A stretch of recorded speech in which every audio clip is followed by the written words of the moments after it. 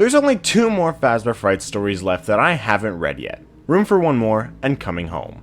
Today, we're going to be going through the details that I found when I read Room for One More. So by now you guys know what we're doing in this video, but I'll explain anyway for anyone who may be new. I read Room for One More for the first time, and I found some new details that may have stayed under the radar. I also have a theory that I came up with based on information from this story, and I will talk about that at the end. So now, let's get into it.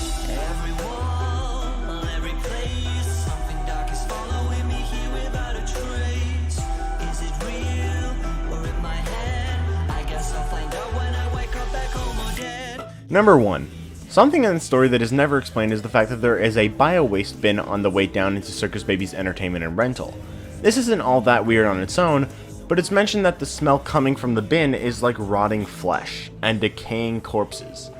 It's also a lot more interesting once you consider the story about Stanley meeting his employer. Number 2. Stanley's employer does not seem to be William Afton or anything like that, but he is described as being a little bald man. He looked small and he acted very strangely as if something was wrong with him. Now, if we turn to He Told Me Everything, we have Mr. Little, who is also described as being a small man and is also very strange. At the end of the story, it's made clear that Mr. Little is almost definitely either a Phasgoo clone spreading the Phasgoo or just an evil man spreading the Phasgoo. But interestingly, at the end of the story, all the kids turned in the remains of the Phasgoo, which was actually the remains of the decomposed bodies that swap places with the Phasgoo. Where the fuck? Where's the fly?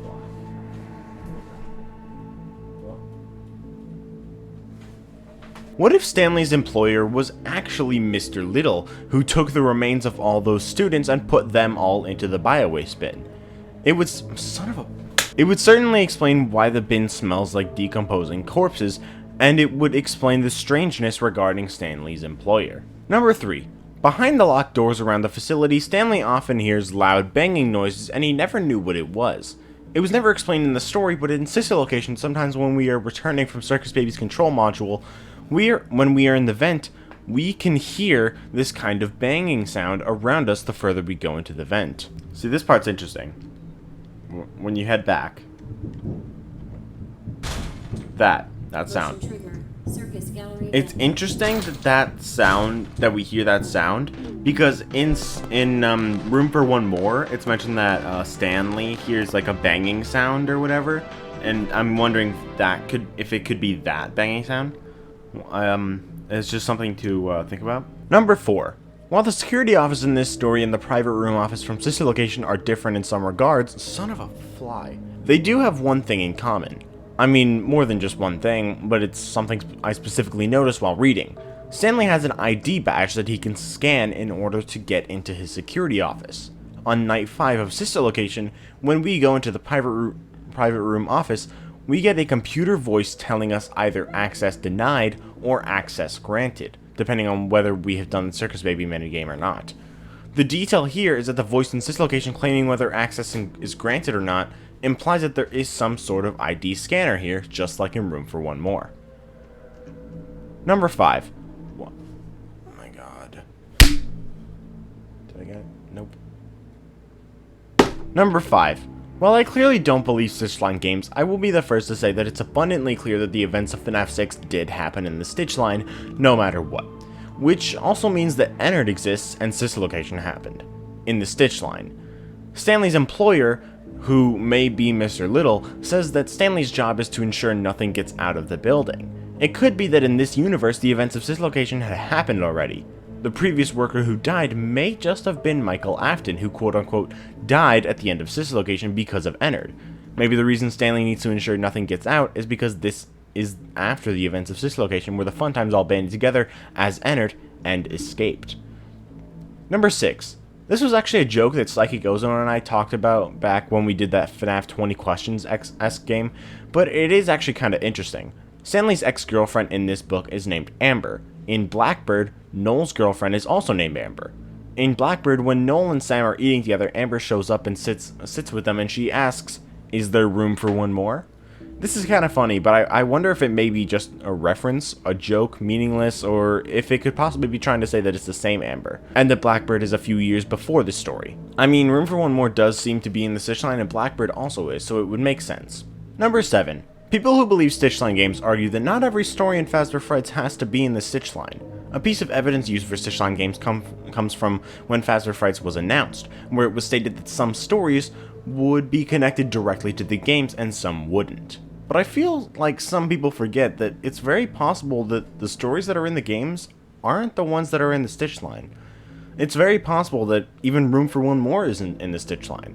As we know, the snack space is mentioned in Room for One More, and the snack space also appears in Into the Pit, but it also does in Security Breach. So if the Stitchline isn't in the games, Room for One More could really be in either universe.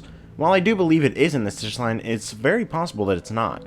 But the main reason I do believe it is because Into the Pit has a connection to He Told Me Everything, implying that He Told Me Everything is in the Stitchline, and there's a connection between Room for One More and He Told Me Everything, as well as possibly Room for One More and Blackbird, and Blackbird is also obviously in the Stitchline.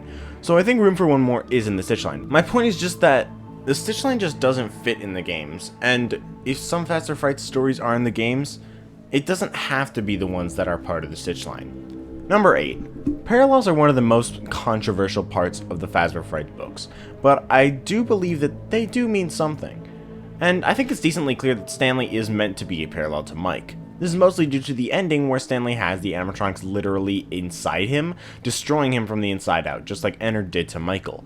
But there's also a couple other small things, such as Stanley's father being dead by the time he works at Circus Baby's Entertainment and Rental, and that he likes to watch TV in his living room on his couch, while also eating food. These are pretty common character traits, and I wouldn't think too much of them normally, but I do right now because of the parallels between the ending of this story and the ending of Dislocation. Number 9. To further the idea of Stanley being a Michael parallel, I think it's interesting that Stanley has nightmares about the animatronics, since we know Mike does as well in FNAF 4. Of course, those nightmares are caused by the bite victim as revenge, but it is still worth mentioning considering the other connections he has to Mike. Number 10. Furthering this even more, Stanley is, like I said, clearly a Michael parallel, mostly due to the events of this story being similar to that of Dislocation, but I just wanted to expand on that a little bit. Around midway through the story, it's stated that Stanley's skin has turned gray, just like a dead body. The same thing also happens to Mike in Dislocation's 8-bit cutscenes before Mike turns purple. His skin is gray. But at this point, Stanley is alive. So maybe this is trying to tell us that when Mike's body was rotting and turning purple, he was still alive too. But his body was being affected as if he was dead, since a very similar thing does happen to Stanley.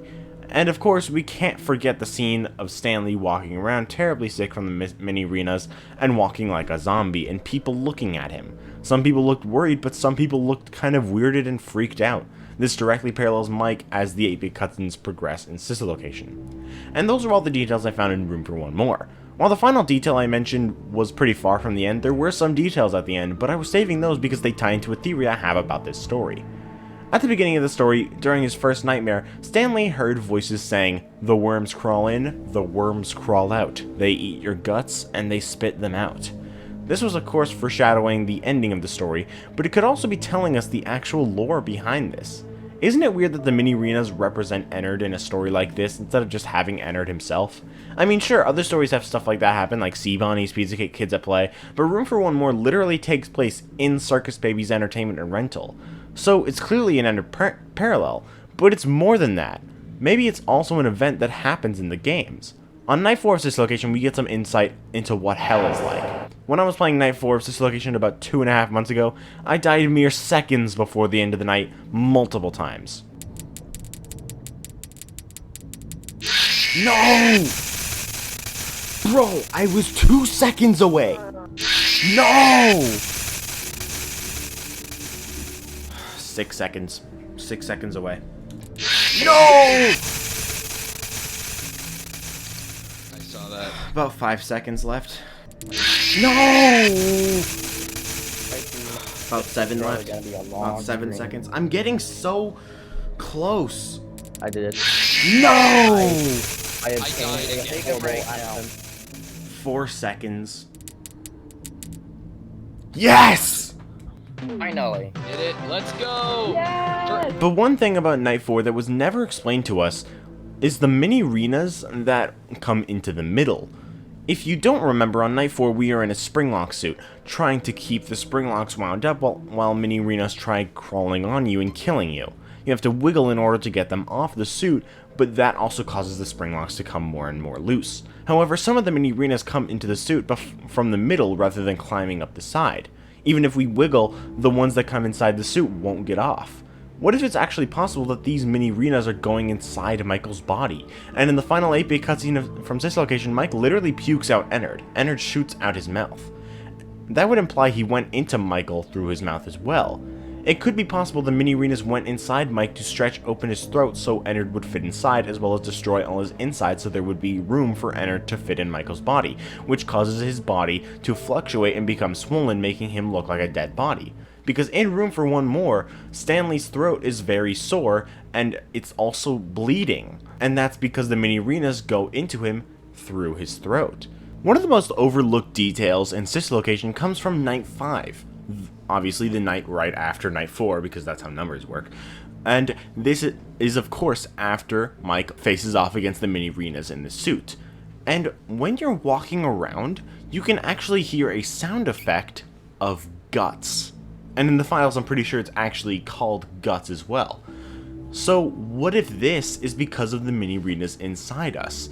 And in Room for One More, there is of course the little poem of the worms crawl in, the worms crawl out. They eat your guts and they spit them out. This story might also explain the springlock suit we are inside of on Night 4 of Dislocation. In Stanley's last nightmare, he sees a giant mini-Rina. It could be possible that there was a giant mini-Rina springlock suit. Looking at the design of the face shell, it fits pretty perfectly with the design of a mini-Rina. But what do you guys think? Do you think the mini-Rinas were going inside Michael's body on Night 4? Let me know in the comments and also tell me how you feel about this story. I personally enjoyed it a lot. The final Fazbear Fright story that I haven't read yet is Coming Home, a story a lot of people love, but based on Dako's summary, I'm not a huge fan of. But hey, maybe reading it myself will change my mind. So stay tuned for that video coming out in the future, but in the meantime, I hope you all enjoyed this video. If you did, then please do leave a like and subscribe, and I'll see you all in the next video. Bye guys! You know you can buy them with fast coins.